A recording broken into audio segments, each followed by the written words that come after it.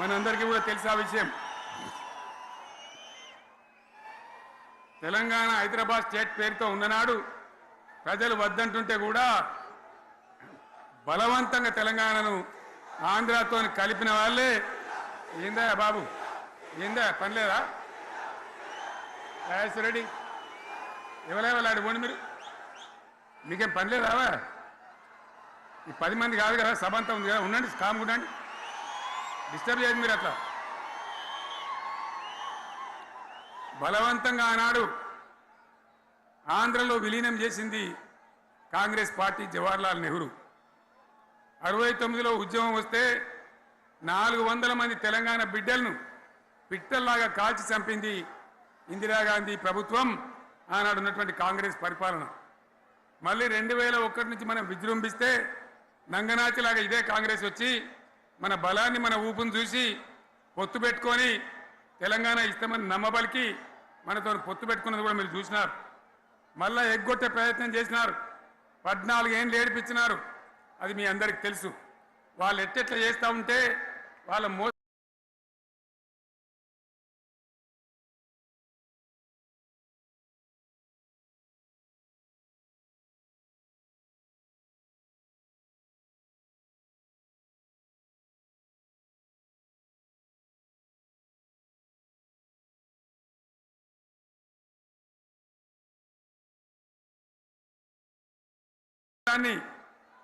కప్పేయడానికి నేను ఇదే జయశంకర్ పార్లమెంట్లో ప్రతిపక్షాలని కాంగ్రెస్ గొంతు పట్టుకుంటే అప్పుడు దిగివచ్చి తెలంగాణ కోసం ప్రకటన చేసిన విషయం మీకు తెలుసు.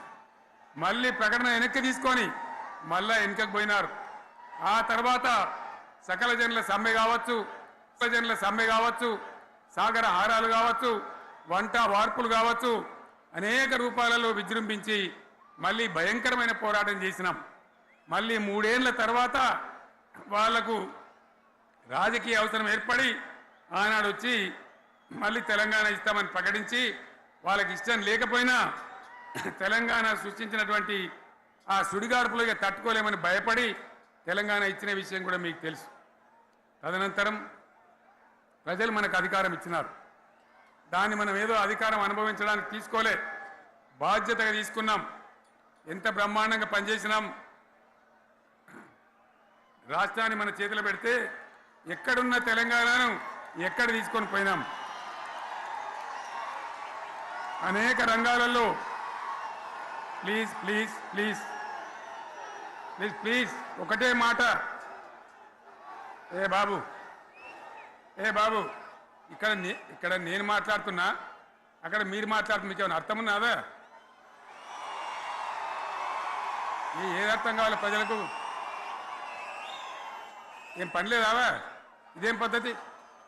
మీరు పార్టీ కార్యకర్తలేనా? సైలెన్స్ ఉండండి. అంతమంది నన్ను లక్షల మంది మీరు 10 మంది ఏందా ఇక్కడ? 10 నిమిషాలు సైలెంట్గా ఉండలేరా? చివరిలో బాగా చెప్తాం, స్లోగా అద్భుతంగా దుంకుదాం, స్టేజ్ ఎత్తు దుంకుదాం.